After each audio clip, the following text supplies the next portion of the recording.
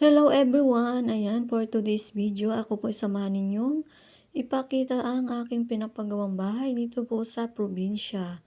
So, bali, ayan po mga kasi-idol, ito po ang ganap ngayon. Ayan, naglagay na po sila ng mga biga. Ayan, madami pa pong kulang guys. Talagang hindi biro po ang pagpapabahay, di po ba? Dahil bukod sa mahal na nga po ang mga materyales, ay napakamahal din po ng mga labor dito sa amin. Alam niyo ba guys, hindi ako makapaniwala sa aking mga nakikita ngayon.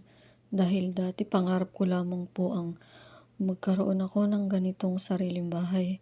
Pero sa awa ng ating mahal na Panginoon, lahat yun ay natutupad na.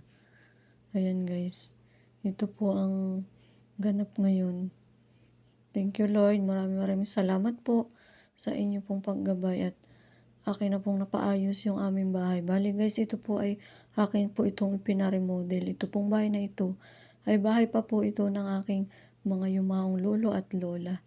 Nanghihinayang naman po ako na abandonahin na po namin itong bahay na ito dahil napaka-importante po sa akin ng bahay po na ito. Dito po kasi ako lumaki. Dito ako nagkaisip. Kaya nung nabigyan po ako ng chance na mapagawa o mapaayos ito, hindi na po ako nagpatumpik-tumpik pa guys. Maraming salamat po sa ating mahal na Panginoon sa kanyang paggabay sa amin. Hindi ko po talaga ini-expect na makakapagpaayos po ako ng bahay. Yun po ay dahil po sa aking pananalangin at pananampalataya sa ating mahal na Panginoon. So bali ayan guys, ako po ay naghihibo diyan ng ito pong mga bakal na gagamitin po dito sa aking pinapagawa na bahay. Yan, napaka mamahal po ng materyales dito guys. Ito po ay binili pa po namin sa may Santa Cruz, Laguna guys. Bali ito po yung gagamitin namin na pang-itaas dahil mahal din po ang kahoy dito sa amin.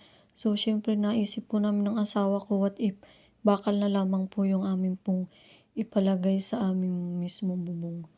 So ayan po, nag-ano na po yung aming magtatrabaho. Kanila na pong inaayos yung mga ilalagay sa itaas. Ang sarap po pala talaga sa pakiramdam na yung pinaghirapan po ninyo no may pinatutunguhan. Kagaya na lang po nito pagpapabahay ko guys. Hindi ko po lubos akalain talaga na mapapaayos ko na po yung bahay na minana ko po sa aking lolo at lola. Marami pong salamat talaga. Walang hanggang pasasalamat.